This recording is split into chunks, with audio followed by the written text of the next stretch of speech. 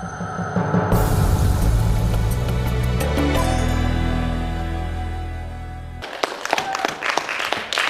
you. My name is Brittany Daniels. Could you direct your attention towards this picture right here? This looks like the typical American family. Mom, dad, 2 children. And the dad looks like he spends a fair amount of quality time with his children. And he probably works to support his children financially. Let's imagine that his 2 children play soccer. He actively participates in every sport and event. And let's not forget about the embarrassing birthday parties. Dads seem to play a very important role in society.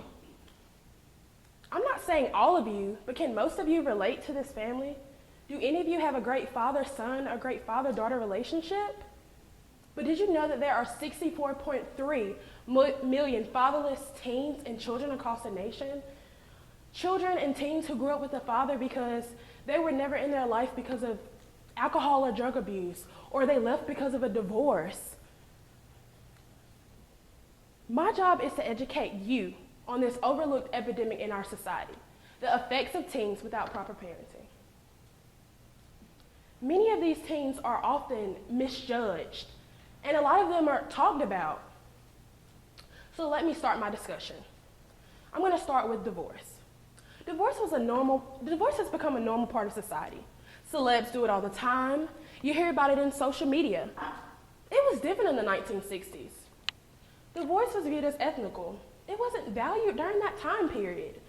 This is true because in 1960, 11% of children had the absence of a father in their home because of divorce. And by 2010, the statistics have risen to about 27%. Estimates show now that it's around 35%. Divorces are traumatic for the teen. Their worlds are just being torn apart. It's really something to think about. Throughout this discussion, I'll be asking you a fair amount of questions. Raise your hand if any of you has known anyone who has become pregnant at a young age. Thank you.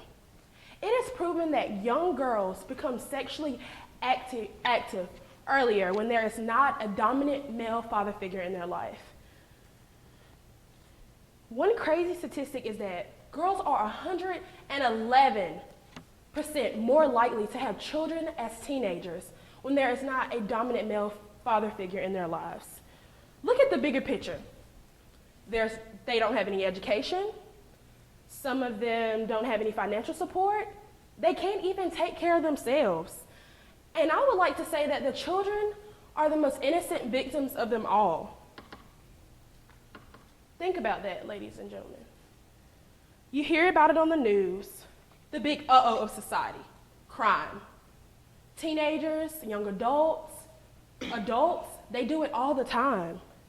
But does the broadcasting stations tell you that 70% of children in state-operated institutions come from a fatherless home, and 20% of those teens in state-operated institutions are more likely to commit the same crime that their father once committed?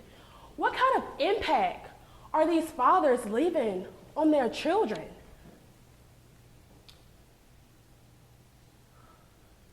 One of the things that I researched is 80% of rapists come from a fatherless home. This horrific crime impacts our society each and every day. These fatherless teens, especially our young boys, they're the future fathers of our society. And when they grow up without a dominant male father figure, they often become non-sociable and show lots of risky behavior. This epidemic has affected our society each and every day. You are the future fathers and mothers of our society. The change starts with you. Make a difference in the life of your future child. Because any one of those details that I mentioned in my discussion could happen to them. Like I say, for every action, there is a reaction. For every teen and child who has grew up without a dominant male father figure in their life, there is someone who has had to suffer. I want to leave you with this one question. What kind of father or mother are you going to be? That concludes my discussion.